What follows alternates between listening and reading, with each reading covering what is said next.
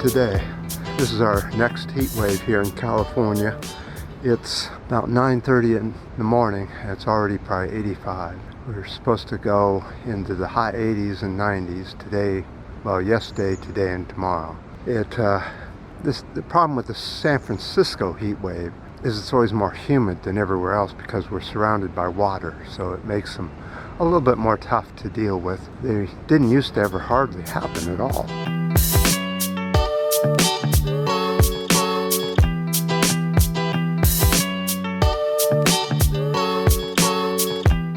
A lot going on, just unbelievable. But let's go into the environmental news today and do an update on something we talked about not too long ago about the USDA and what they're doing to the wildlife here in this country and have been doing to the wildlife in this country for years. The USDA has now been sued over allowing horrific mass slaughter of native wildlife. In 2019, U.S. taxpayers funded the killing of 1.2 million native animal species. Native. Now, when they say native, it means that they belong in that area. They're native to that land, forest, that water, whatever it is. And the humans came and displaced them. And then when they tried to come back, they're considered a pest. The Wildlife Service killed in 2019 62,002 coyotes, 24,543 beavers, 800 bobcats. How can you kill a bobcat? What on earth can a bobcat do to anybody? God. 1,362 gray foxes, 1,280 red foxes. Disgusting.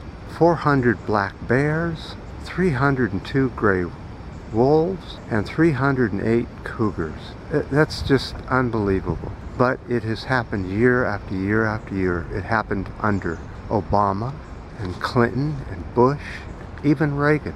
They're finally getting sued for this. Of course, under Trump, he wants to up this, make it even more. More killing, more mass slaughter. There's a scientific consensus on this, and they think that carnivorous animals that are being killed like coyotes are beneficial for all of the land, but they're not beneficial to the livestock industry. See what I mean? Look at all the animals that have to be killed so that humans can eat meat. You see, that's what I'm trying to get across from everyone here. They don't really, they unsubscribe. They don't want to hear that. They just don't want to hear about having to give up their meat.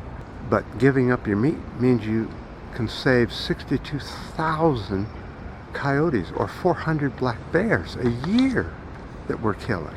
Why not? Just to give up meat, or give up partial meals of meat, or the portions down some. Humans are the invasive species. Humans never fit into an ecological niche. Humans destroy it. There's a lot to that.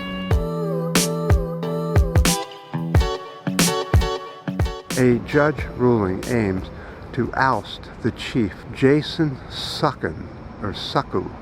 Well, hopefully he will, and we'll get rid of this menace in the Wildlife Service.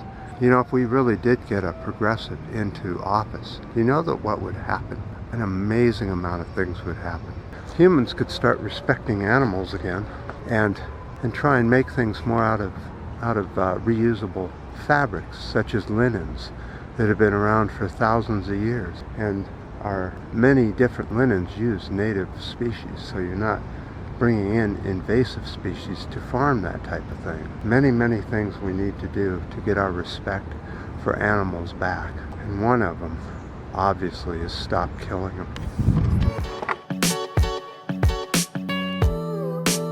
Now, the livestock industry thinks that these animals, such as wolves and coyotes and that sort of thing, aren't really native species because they've been gone for so long. And that's the argument they're pushing. They're saying that coyotes and wolves haven't been past the Mississippi for so long that they're not even considered a native species. Really? Amazing what people will come up with to lie so that they can still make money on horrific things like killing wildlife. Unbelievable.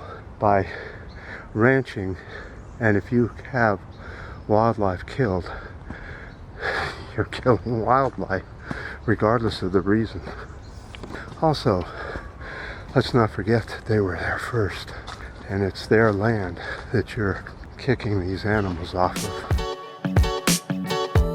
Well, now, would anything change under a Biden administration? It might. I never knew him to be a person who wants to kill or go hunting. He probably goes fishing, I don't know. But he'd sure be more friendly than the thing in the White House now. Now, I think it might be a deer. Deer tend to snap and crackle as they walk. Well, I definitely do appreciate all the comments in my last video. And the ups, downs, and new subscribers. We'll go to the board at the end for some comments on the last video. And until next time.